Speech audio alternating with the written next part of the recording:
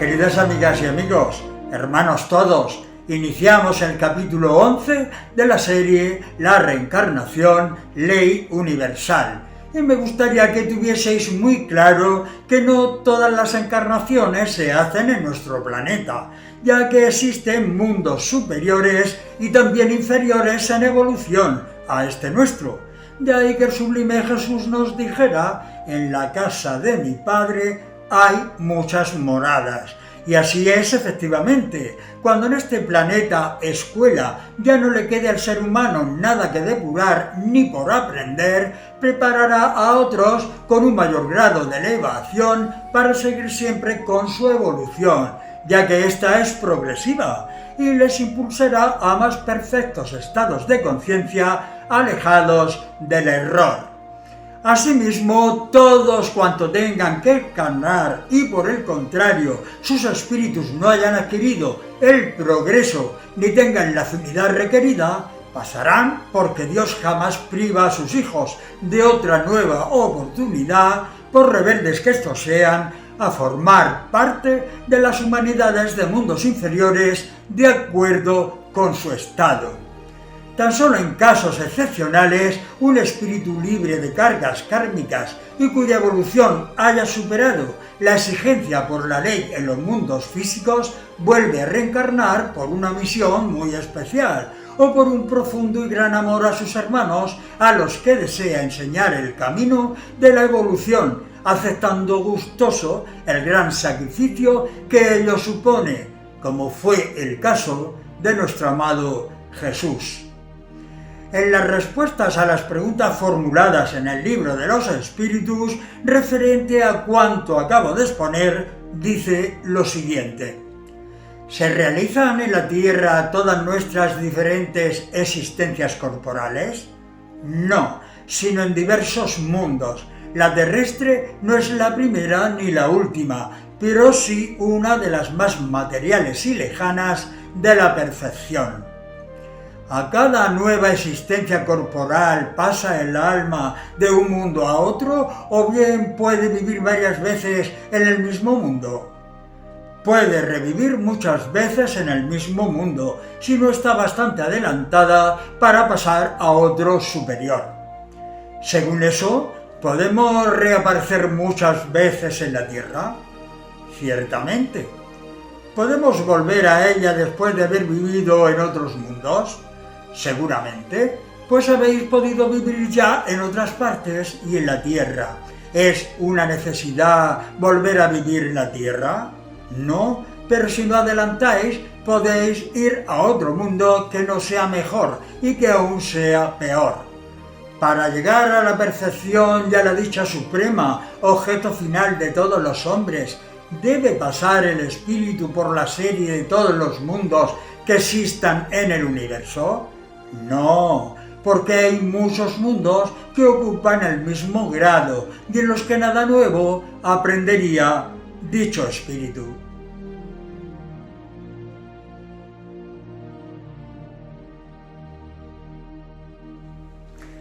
¿Cómo se explica, pues, la pluralidad de existencias en el mismo globo?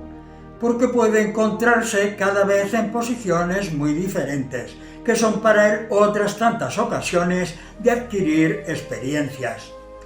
¿Pueden los espíritus revivir corporalmente en un mundo relativamente inferior a aquel en que ya ha vivido? Sí, cuando han de desempeñar una misión para favorecer el progreso, y entonces aceptan con alegría las tribulaciones de aquella existencia porque les proporciona la ocasión de adelantarla.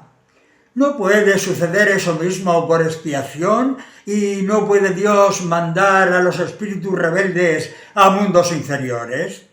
Los espíritus pueden permanecer estacionarios, pero no retrogradan, y su castigo consiste entonces en no adelantar y volver a empezar las existencias mal empleadas en la esfera que conviene a su naturaleza. Es más que presumible lo que a muchas personas les gustaría saber que fueron en una vida anterior. Unas por vanagloria, pensando que tal vez fuera algún insigne personaje histórico, otras por mera curiosidad y otras para buscar la razón de algún problema que les aqueje en la actualidad.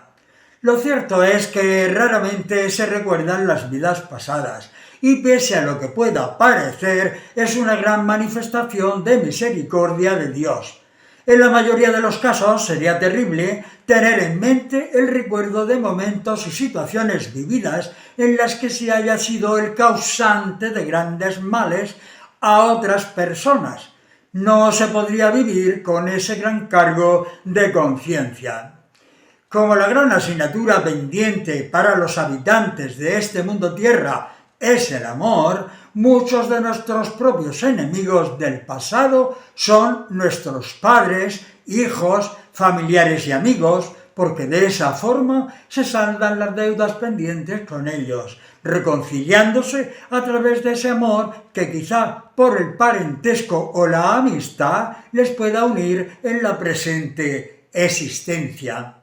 De ahí que cuando cada espíritu reencarna trae con él planificado todo el trabajo que ha de efectuar en la nueva vida, los compromisos con otras personas o las pruebas que sufrir, ya que ellas serán las que tasen y valoren la evolución espiritual de cada uno, en la forma de aceptación de las mismas y en el desarrollo de las virtudes incipientes en cada espíritu para poderlas así solventar. Sobre este tema, el espíritu sigue respondiendo a las preguntas formuladas por Allan Kardec y recogidas, como ya vimos, en el libro de los espíritus.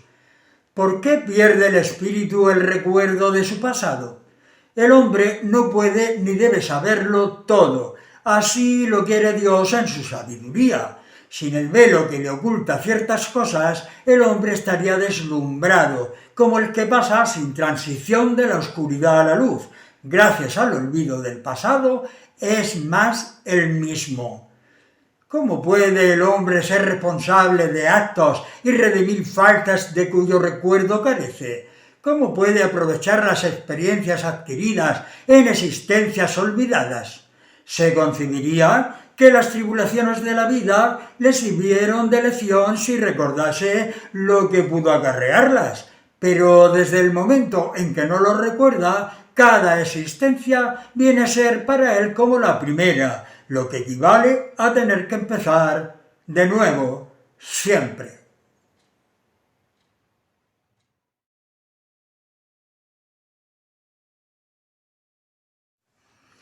¿Cómo se concilia esto con la justicia de Dios? En cada nueva existencia, el hombre tiene más inteligencia y puede distinguir mejor el bien y el mal. ¿Dónde estaría el mérito si recordase el pasado? Cuando el espíritu regresa a su vida primitiva, toda su vida pasada se desarrolla ante él. Ve las faltas que ha cometido y que son causa de su sufrimiento, y lo que hubiera podido impedirle cometerlas. Comprende entonces que la posición que se le ha enseñado es justa e inquiere entonces la existencia que podría reparar la que acaba de transcurrir. Busca pruebas análogas a aquellas por las que ya ha pasado o las luchas que cree propicias a su progreso y suplica a los espíritus superiores a él que le ayuden en la nueva tarea que emprende, porque sabe que el espíritu que le sea destinado como guía en la nueva existencia, procurará hacerle reparar sus faltas, dándole una especie de intuición de las que ha cometido. Esta intuición es el pensamiento, el deseo criminal que con frecuencia os asalta y al cual os ponéis instintivamente, atribuyendo la mayor parte de las veces vuestra oposición a los principios que de vuestros padres habéis recibido. Cuando es la voz de la conciencia que os habla, voz que es el recuerdo del pasado y que os previene para que no volváis a caer en las faltas que ya habíais cometido. El espíritu que entra en esta nueva existencia, si sufre con resignación las pruebas y resiste a ellas, se eleva y asciende en la jerarquía de los espíritus, cuando vuelve a encontrarse entre ellos. En la reencarnación podemos comprobar la gran misericordia de Dios, verificando que no es un padre justiciero que castiga a sus hijos por sus equivocaciones, otorgando privilegios a unos y calamidades a otros. Siempre es el ser humano el causante de sus propios sufrimientos y consecuentemente recibe la reacción de su acción, bien pasada o presente, con lo cual se explica la gran desigualdad que existe entre todos los hombres y mujeres de nuestro mundo. Todos, con los pensamientos, sentimientos y actos diarios, van creando unos efectos en los que les rodean y en ellos mismos, efectos de los que tendrán que responder más pronto que tarde. Por lo tanto, hay que pensar siempre que Dios es el que proporciona a sus hijos los medios idóneos para conseguir la perfección a través de las innumerables pruebas físicas, haciéndose su justicia patente en el ofrecimiento de nuevas oportunidades en las que saldar, rectificar o acabar lo que dejaron pendiente en otra vida. Como ya he comentado anteriormente, dentro de quienes creen en la reencarnación, los hay que piensan que las sucesivas vueltas a la vida física han de ser siempre en mundos distintos, pero esto sería tanto como creer que una vez que se ha vivido en la Tierra, las demás veces que se viene a ella son vanas y de poca utilidad para el progreso del espíritu, y que por lo tanto éste no adelantaría absolutamente nada en su evolución.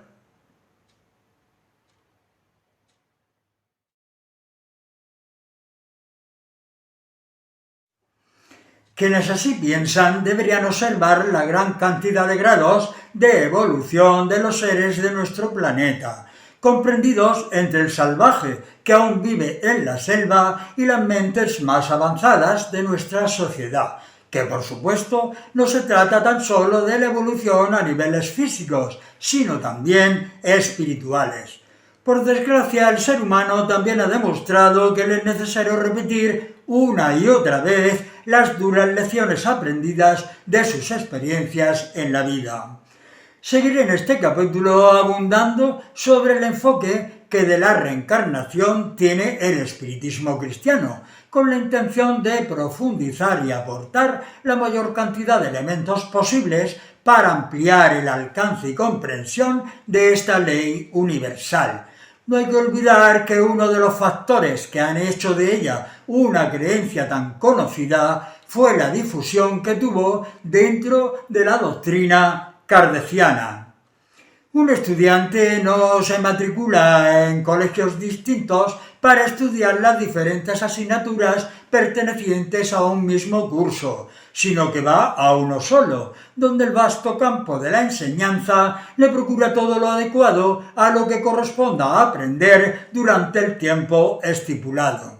Igualmente ocurre con el espíritu cuando reencarna, mientras no asimile todo cuanto pueda ofrecerle un mundo escuela, como pueda serlo el nuestro, no tendrá acceso a otro mundo superior, pues no tan solo se viene para aprender, sino también para saldar el karma acumulado en vidas anteriores. Y como se goza de libre albedrío, no siempre se está de acuerdo a la hora de rectificar y comprender para aceptar la fórmula adecuada.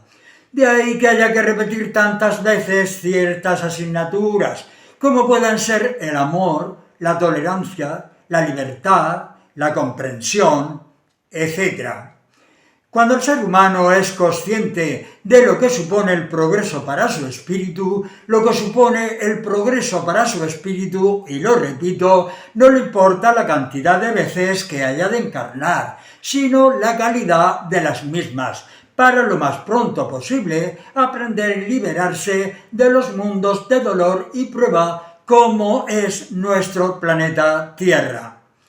Lógica y razonadamente, el espiritismo cristiano rechaza la creencia en la metempsicosis, pues como se ha ido comprobando a lo largo de este estudio sobre la reencarnación, el espíritu, pausada o rápidamente, deteniéndose incluso durante algún periodo de su existencia, siempre avanza y no puede retroceder, ya que sería tanto como ir en contra de la corriente de las pautas marcadas por la ley de evolución y progreso.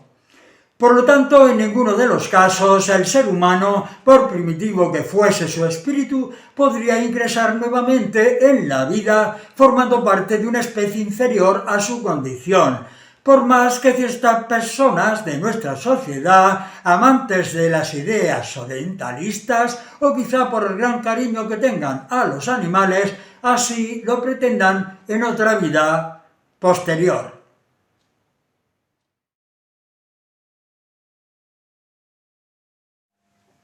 Nuevamente revisamos el libro de los espíritus, donde a las preguntas formuladas por Kardec encontramos las siguientes respuestas. ¿El espíritu que ha animado el cuerpo de un hombre podría encarnar en un animal? Eso equivaldría a retrogradar, y el espíritu no retrograda. El río no vuelve hacia su curso. Los espíritus no pueden degenerar, pues a medida que progresan comprenden lo que les alejaba de la percepción y terminada una prueba, poseen el conocimiento de ella y no lo olvidan. Pueden permanecer estacionados, pero no retroceden. Por errónea que sea la idea atribuida a la metempsicosis, ¿no será el resultado del sentimiento intuitivo de las diferentes existencias del hombre? Ese sentimiento intuitivo se descubre en esa como en otras muchas creencias, pero el hombre la ha desnaturalizado, como ha hecho con la mayor parte de sus ideas intuitivas, a lo que añade el propio Kardec. La metempsicosis sería verdadera si se entendiese por ella el progreso del alma desde un estado inferior a otro superior, en el que adquiriera desarrollos que transformarían su naturaleza, pero es falsa en el sentido de transmigración directa del animal al hombre y recíprocamente, lo que implicaría la idea de retroceso o fusión, y no pudiendo verificarse semejante fusión entre los seres corporales de las dos especies, es indicio de que están en grados inasimilables y que lo mismo debe de suceder con los espíritus que los animan. Lo que quizá muchos ignoran es que la creencia en la reencarnación que sostiene el espiritismo cristiano se fundamenta en las enseñanzas de Jesús tras su última venida a la tierra hace más de 2000 años, las cuales adquirió entre la comunidad esenia donde se practicaba la cábala, llamada espiritismo antiguo. Como se vio en los capítulos dedicados a los albores del cristianismo, tanto Jesús como sus apóstoles y discípulos creían firmemente en la reencarnación, ya que ésta formaba parte de los dogmas de la religión judaica, pero bajo el nombre de resurrección, y tan solo los saduceos, que pensaban que todo acababa con la muerte, no creían en ella. Quizá porque estos dogmas no estaban del todo bien definidos, al tener solamente unas vagas nociones de lo que era el espíritu y la ligazón que mantenía con el cuerpo físico, como Kardec expresa en el Evangelio según el espiritismo. Los judíos creían que un hombre que había vivido podía volver a vivir sin explicarse con precisión la manera de cómo esto podía suceder. Designaban con la palabra resurrección lo que el espiritismo llama juiciosamente reencarnación. En efecto, la resurrección supone la vuelta a la vida al cuerpo que está muerto, lo que la ciencia demuestra ser materialmente imposible, sobre todo cuando los elementos están dispersos y absortos después de mucho tiempo. La reencarnación es la vuelta del alma o del espíritu a la vida corporal, pero en otro cuerpo nuevamente formado para él y que nada tiene en común con el antiguo. Recordemos aquí las palabras del Maestro. En verdad os digo que no puede ver el reino de Dios sino aquel que renaciera de nuevo. Muchos son los ejemplos testimoniales que dejó en sus enseñanzas, en los que el propio Jesús expone su creencia en la reencarnación, como ya vimos anteriormente.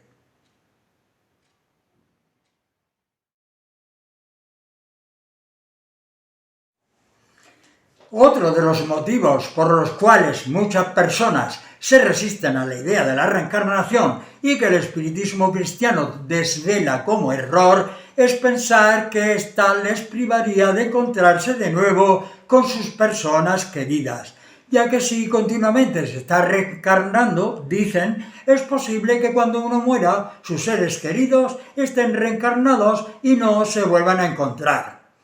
Posiblemente en alguna ocasión pudiera darse el caso, por la necesidad imperiosa de que algunos seres tengan que evolucionar, pero lo que no comprenden los que así piensan es que los lazos que une el amor jamás desaparecen, manteniéndose la conexión a través del pensamiento, ayudando a los más adelantados, a los que trabados aún por el cuerpo físico luchan por alcanzar el progreso. El espíritu experimentado y aleccionado a través de las vidas físicas está más cercano a la perfección, por lo tanto es menos materialista, egoísta y orgulloso, alimentando así esos lazos de cariño y de fraterno amor, haciéndose mucho más fuertes y vivos que lo fueran mientras vivieron en la tierra.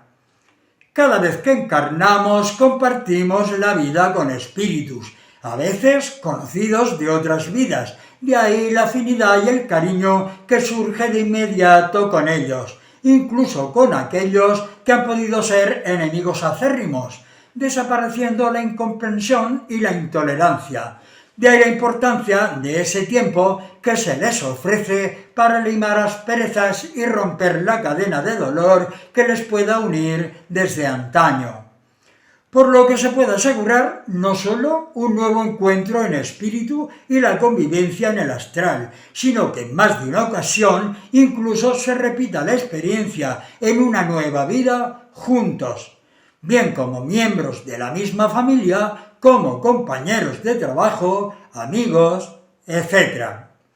Para otros espíritus, sin embargo, será la primera vez que convivan juntos, de la que nacerán nuevos lazos que en un futuro les definan como amigos o enemigos. Por lo tanto, lo que sí se puede asegurar es que todos hemos tenido muchos padres, madres, hermanos, maridos, esposas, hijos, etc. Tantos como vidas se hayan vivido, por lo que siempre que se desencarne habrá un reencuentro feliz con alguien muy querido, si no de la presente vida, pues será de otras anteriores. Como dice el propio Kardec, con la reencarnación y el progreso, que es su consecuencia, todos los que se han amado se encuentran en la tierra y en el espacio, y marchan juntos para llegar a Dios. Si hay algunos que tuercen el camino, retardan su adelanto y su felicidad, pero no se ha perdido toda la esperanza. Ayudados, animados y sostenidos por los que les aman, saldrán un día del cenagal en donde se cometieron, donde la reencarnación, en fin, se entiende que hay solidaridad perpetua entre los encarnados y desencarnados. De aquí viene el que se estrechen más los lazos de afecto. Tras la marcha de Allan Kardec hubo grandes espiritistas que también dejaron su brillante huella en la propagación del reconocimiento de la doctrina y que por supuesto fueron convencidos reencarnacionistas, entre los que destacaron León Denis, Gabriel Deland, Enrique Regnault y el prestigioso trabajo de grandes investigadores como Halley, Marcel, Flammarion y Richet.